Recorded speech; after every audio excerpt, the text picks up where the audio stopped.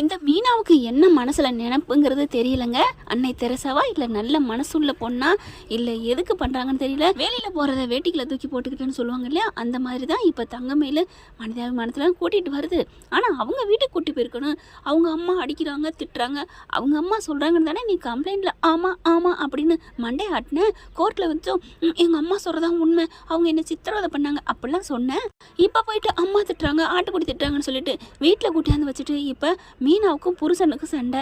அவர் பரவாயில்லைங்க செந்தில் இன்னைக்கு ஒரு விஷயம் நல்லது பண்ணார் தான் சொல்ல முடியும். ஏன்னா அம்மா வீட்டுக்கு போகிறாரு, ஏன்டா சாப்பிட வாடான்னு சொல்லல, மீனா பற்றின விஷயத்த சொல்லாமல் அவள் உப்புமா கிண்டி வச்சா எனக்கு பிடிக்கலன்னு சொல்கிறாரு.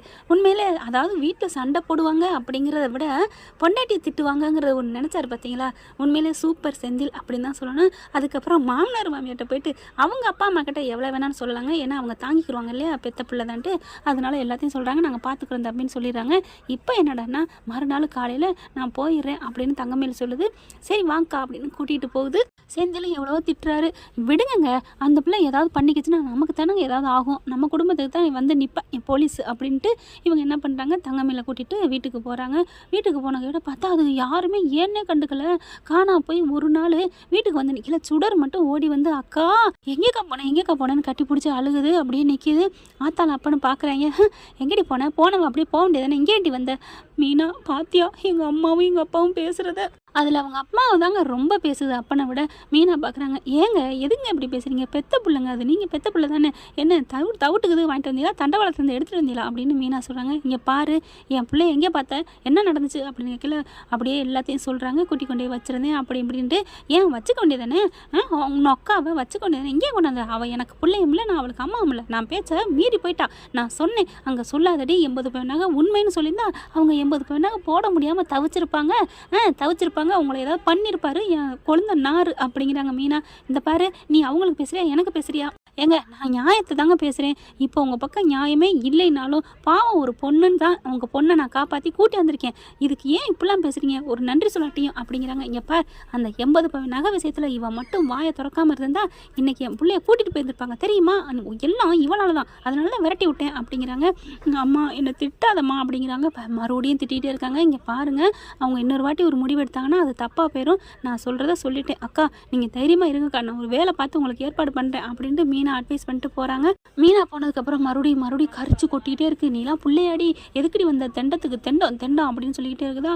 ஏம்மா நான் தொலைஞ்சு போனது உனக்கு கவலையே இல்லையா, எனக்கு என்னடி கவலை, உனக்கு பின்னாடி இவ இருக்காள, இவளை என்ன பண்ணுறது, அம்மா என்னை பற்றி நீ கவலைப்படாதம்மா, அக்கா வாழ்க்கை நல்லானா போதுமா அப்படிங்கிறது, சும்மா இருடி அப்படிங்கிறாங்க.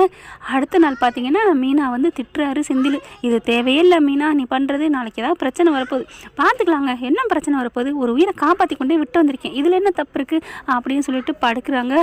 மறுநாள் காலையில் விடிய கூட இல்லைங்க, லொட்டொட்டுன்னு கதவு தட்டுறாங்க. யாருன்னு பார்த்தா போலீஸு. என்ன வந்திருக்கீங்க அப்படிங்கல, நீங்கள் தானே மீனா, ஆமாம், நீங்கள் தங்கமேல வந்து நீங்கள் கூட்டி கொண்டே வச்சு ஏதோ பண்ணியிருக்கீங்க, உங்கள் மேலே கம்ப்ளைண்ட் வந்திருக்கு, ஸ்டேஷனுக்கு வரீங்களா, ஸ்டேஷனுக்கா எதுக்குங்க, நான் எதுக்குங்க வரணும் அப்படிங்கிறாங்க.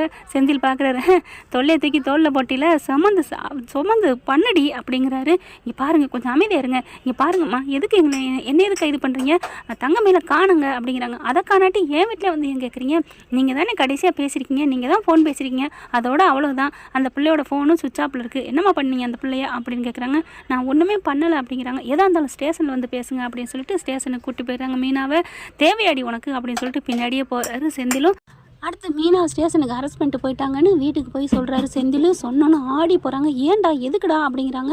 நடந்ததை பூரா செந்தில் இனிமேல் மறைக்கக்கூடாதுன்னு சொல்லிடுறாரு. ஐயோ உன் பொண்டாட்டிக்கு அறிவே இல்லையாடா, என்னடா அவளுக்கு மனசில் நினப்பு, பெரிய புத்தன் காந்தின்னு நினைப்பா, ஐயோ இப்போ போட்டாளுங்களா மறுபடியும் ஆப்பு வச்சுட்டாளுங்களா, உதவி யாருக்கு பண்ணணும் பண்ணக்கூடாதுன்னு தெரிஞ்சே பண்ண மாட்டாளடா உன் பொண்டாட்டி அப்படின்னு சொல்லிட்டு திட்டிட்டு அலறி அடித்து ஸ்டேஷனுக்கு போகிறாங்க. ஸ்டேஷனில் பார்த்தா அந்த பிள்ளைய உட்கார வச்சுருக்காங்க. ஏம்மா இது உனக்கு தேவையாடி அப்படின்னு கத்துறாங்க. அத்தை இல்லைத்த இப்போ காணாமல் போச்சுல, அதே மாதிரி நம்ம குடும்பத்துக்கு ஏதாவது கெட்ட பேர் வந்துடக்கூடாதுன்னு தான் நான் காப்பாற்றி கொண்டே விட்டு வந்தேன் அத்தை அப்படிங்கிறாங்க. இப்போ அதுவும் புண்ணியெல்லாம் போச்சேடி அப்படிங்கிறாங்க. செந்தில் பாண்டியன் எல்லாரும் கத்துறாங்க. இங்கே ராஜி வந்திருந்தா அவங்க அப்பையும் பேர் சித்தப்பையும் வந்திருப்பாங்க, இது வேற ஆள் பொண்ணு தானே, அதனால அவங்க பார்த்துட்டு பேசாமல் இருந்துக்கிறாங்க. அவள் என்ன பண்ணாலோ ஏது பண்ணாலோ அப்படின்னு சொல்லிட்டு மேற்கொண்டு தான் பேசுகிறாரு. ஏன்னா சக்திவேலு கடையை எடுத்தது மீனா தானே, அந்த காண்டில் இருக்காங்க. இங்கே பார்த்தா இவங்க விட முடியுமா, மருமகளாச்சே என்னடி பண்ணி தொலைஞ்ச என்னங்கடி அப்படிங்கிறாங்க. நடந்ததெல்லாம் சொல்கிறாங்க. அப்போ தங்கமயில காணோம் அப்படின்னு சொல்லிட்டு கம்ப்ளைண்ட் கொடுத்துருக்காங்க. பாக்கியம் வருது. தங்கமயில பார்த்தோன்னே கோமதி கத்துறாங்க, உனக்குலாம் கொஞ்சம் கூட அறிவே இல்லையா, என் மருமக உன் மகளை காப்பாற்றி கூட்டியாந்து வச்சிருக்கா, அவளை போய் இப்படி பண்ணி வச்சிருக்க, இங்கே பாரு எனக்கு அதெல்லாம் தெரியாது, என் மக உன் மருமகளோட தான் பேசிகிட்டு இருந்திருக்கா, அதெல்லாம் எனக்கு தெரியாது, என் மக வேணும். மக போனாலும் பரவாயில்ல, எங்கேயோ தொலைட்டுன்னு சொன்ன நீ இன்னைக்கு மக வேணுங்கிறியா அப்படின்னு சொல்லி மீனாவும் சொல்கிறாங்க, கோமதியும் சொல்கிறாங்க. அடுத்து என்ன பண்ணுறதுன்னு தெரியல. இங்கே என்ன பண்ணுறாங்க, கதிர் இங்கே சரவணன் எல்லாரும் என்னாச்சுன்னு எல்லாம் அலறி அடித்து ஓடி வராங்க. நாலா பக்கமும் தேடுங்கன்னு சொல்லிட்டு போலீஸும் அனுப்பிடுறாங்க. எல்லா பக்கமும் தேட ஆரம்பிக்கிறாங்க. ஏன் சும்மா இருக்கக்கூடாதா அப்படிங்கிறாரு கதிர். எப்படி கதிர், ஒரு உயிர் தண்ணிக்குள்ளே விழுகுது, காப்பாற்றாமல் எப்படி இருக்க முடியும், நீயே அந்த இடத்துல தான் என்ன பண்ணியிருப்ப அப்படிங்கிற. கதிர் தான் ரொம்ப நல்ல மனசுக்காராச்சே. நானும் அப்படிங்கிற. சொல்லுங்கள் நீங்கள் பண்ணதே அண்ணி பண்ணியிருப்பேன் அப்படிங்கிறாரு. சரி கவலைப்படாதீங்க, நான் எங்கேயாவது தேடி கூட்டிகிட்டு வரேன் அப்படின்னு சொல்லிட்டு கிளம்புறாங்க. எல்லாம் நாலா பக்கம் தேடி போகிறாங்க. ராஜி என்ன பண்ணுறாங்க, வெளியில் வந்து கோச்சிங்கு போகிறாங்க. அதாவது இந்த போலீஸுக்கு ட்ரைனிங் பண்ணிட்டு வந்துட்டு இருக்கல, பசிக்குதுன்னு சொல்லி அவங்க ஃப்ரெண்ட்ஸ் எல்லாம் என்ன பண்ணுறாங்க, சாப்பிட போகணும்னு சொல்லி கூப்பிட்றாங்க. அவங்களுக்கு மட்டும் சொல்லலை, அதனால் தகவல் தெரியாதனால ஹோட்டலில் போய் உட்காந்து சாப்பிட போகிறாங்க. வெளியூர் தாங்க, அடுத்த ஊர். அங்கே சாப்பிட்டுட்டு இருக்கையில பார்த்தா 2 பரோட்டா மட்டும் போதும் அப்படிங்கிறாங்க. ஏன்னா கதிருக்கு அது பிடிக்கும் இல்லையா அப்படின்னு சொல்லிட்டு, கதிருக்கு பிடிக்குதோ இல்லையோ அந்த கடை பரோட்டா நல்லா இருக்குன்னு சொல்லியிருப்பாரு, அதனால வாங்கி வச்சு சாப்பிட்றாங்க.